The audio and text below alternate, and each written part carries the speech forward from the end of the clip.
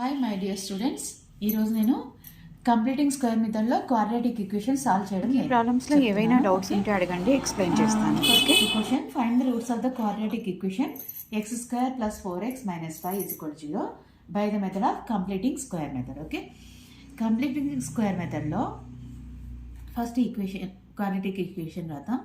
x² + 4x - 5 = 0.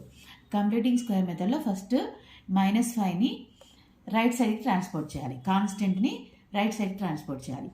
So x² + 4x = +5 అవుతుంది. Okay, ఇప్పుడు దీన్ని ఎలా రాయాలంటే x² ప్లస్ దీన్ని 2ab ఫామ్లో రాయాలి. 2 × 2 × x.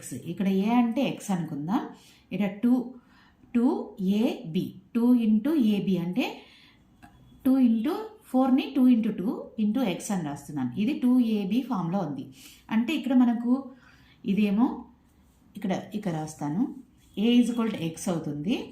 ఇక్కడ 2a ఇది b అవుతుంది. ఓకే, b = 2 అవుతుంది. ఓకే, సో మనకి ఇక్కడ ఇంకా ఏం తక్కువ ఉంది? a + b హోల్ స్క్వేర్లో a + b whole square = a² + 2ab + b². ఇక్కడ ఇంకా మనకు b² తక్కువ ఉంది కాబట్టి రెండు వైపులా 2² యాడ్. ఇక్కడ b అంటే 2 అనుకున్నాం కదా, కాబట్టి b²ని యాడ్ చేయాలి. రెండు వైపులా b² అంటే 2² యాడ్ చేయాలి. ఇక్కడ 5 + 2² 2 సైడ్స్ యాడ్ చేయాలి. ఓకే, సో ఇది x² + 2a² + 2ab + b² ఫామ్లో ఉంది. అంటే a + b హోల్ స్క్వేర్. ఇక్కడ a అంటే x, b అంటే 2. x + 2 whole square = 5 + 4. 2² అంటే 4. Okay, 5 + 4 9.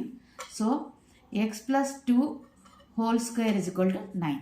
Take square root on both sides. Okay, root of x + 2 whole square = √9. ఇక్కడ రూట్ స్క్వేర్ క్యాన్సిల్ అయిపోతుంది. x + 2 = √9 అంటే ±3. ఓకే, సో ఫస్ట్ x + 2 = 3 అనుకుందాం. Next x + 2 = -3 అనుకుందాం. Okay, ఇక్కడ ±3 కాబట్టి ఒకసారి +3 తీసుకున్నాను, ఇంకోసారి -3 తీసుకున్నాను. సో x = ఈ +2ని రైట్ సైడ్ ట్రాన్స్పోర్ట్ చేద్దాం. 3 - 2. So x = 1. నెక్స్ట్ +2ని రైట్ సైడ్ ట్రాన్స్పోర్ట్ చేద్దాం. -3 - 2. So x = -5. సో రూట్స్ ఏమొచ్చాయి మనకు? 1, -5. రూట్స్ ఆర్ ఇక్కడ అర్థం. Roots are 1, -5. That's it. అర్థం కాకపోతే మళ్ళీ అడగండి, ఎక్స్ప్లెయిన్ చేస్తాను. ఓకే.